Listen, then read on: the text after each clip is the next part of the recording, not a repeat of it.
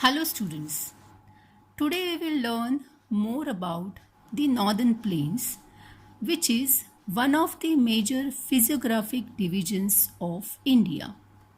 In the earlier parts, you have seen how the Northern Plains were formed. The Himalayan uplift out of the Tethys Sea and the falling of the northern flank of the Peninsular Plateau resulted in the formation of a large basin. In due course of time, this basin or depression gradually got filled with deposition of sediments by the rivers flowing from the mountains of the north and the peninsular plateau. Now, the northern plains have been formed by the three major rivers, which are the Indus, the Ganga, and the Brahmaputra. The northern plain is located at the southern part of Himalayan range. It is also called as Indo-Gangetic Plain. The alluvial from this river system is deposited in the vast basin at foothills of the Himalaya. These deposits built up to form the present day fertile northern plains. These plains expand the area of a small country. Can you estimate the area of these plains? It spreads over an area of 7 lakh square kilometer. The width of this plain varies as you go from north to south. At its narrowest, it spreads across 240 km, and at its widest, it spreads across 320 km. The length of the plain is 2400 km. Due to the combination of rich soil, adequate water supply, and favorable climate, this area is a very productive part of India agriculturally. There is no doubt that it is densely populated geographic division. The rivers coming from the northern mountains are involved in depositional work. They carry a huge load of eroded soil.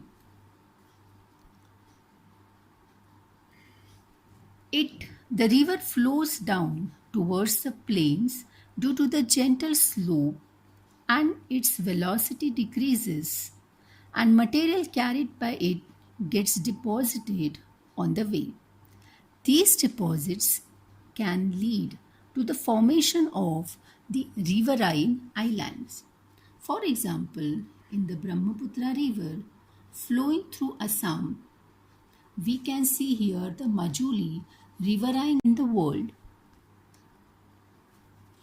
Further, the speed of the river reduces as they go downstream due to deposition of a huge quantity of silt. Rivers split into numerous channels. These channels are called distributaries.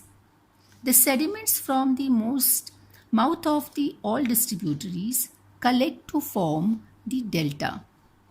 Ganga Brahmaputra delta is an important part of the northern plains.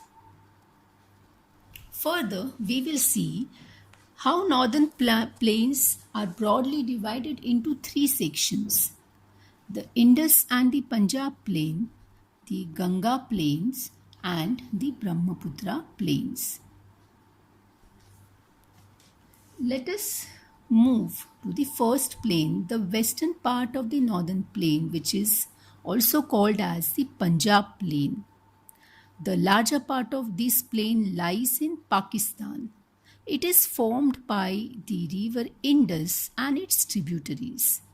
The Indus and its tributaries, the Jhelum, the Chenab, the Ravi, the Bias, and Satluj originate in Himalaya. This section of the plain is dominated by doabs. What is this doab? Doab is made up of two words. Do means two and ab means water. So this area of land between these two water body is called as doab. Similarly, Punjab. This particular area is also called as Punjab because this is the area which is covered by Pan means five and Ab means water, five water bodies. So obviously it is very fertile land. Moving forward to the next section of the northern plains, which is called as Ganga Plain. It extends between the river Khagar and the river Tista. It spread over the states of North India like Haryana, Delhi, UP, Bihar, Jharkhand and West Bengal to its west. Finally, the eastern portion of northern plain is called the Brahmaputra. This plain lies in the state of Assam. Now, can you tell me what kind of relief feature northern plain has? Is it all made up of flat terrain? No. Actually, in fact, the Ganga river has diverse relief features.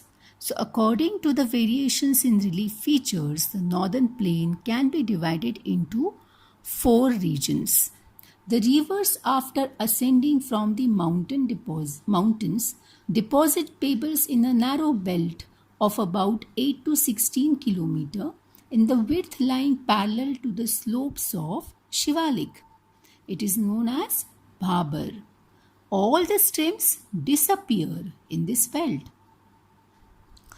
South of this belt, next to this belt, this is a belt called Terai, where all these rivers again re-emerge and creates wet, swampy and marshy region. This area was very forested region full of wildlife. The forests have been cleared now to create agricultural land and to settle migrants from Pakistan after partition. The largest part of the northern plains is formed of older alluvium. They lie above the floodplains of the river and present a terrace-like feature. This part is known as Bhangar. The soil in this region contains calcareous deposits which is full of calcium carbonate. It is locally known as Kankar. So cultivation here is possible with adequate supply of water and pesticides or fertilizers. The newer, younger deposits of the floodplains are called khadar. They are renewed almost every year and so are fertile, thus ideal for intensive agriculture. Yes, students, I hope explanation of this northern plain is clear to you. See you for the next class. Thank you.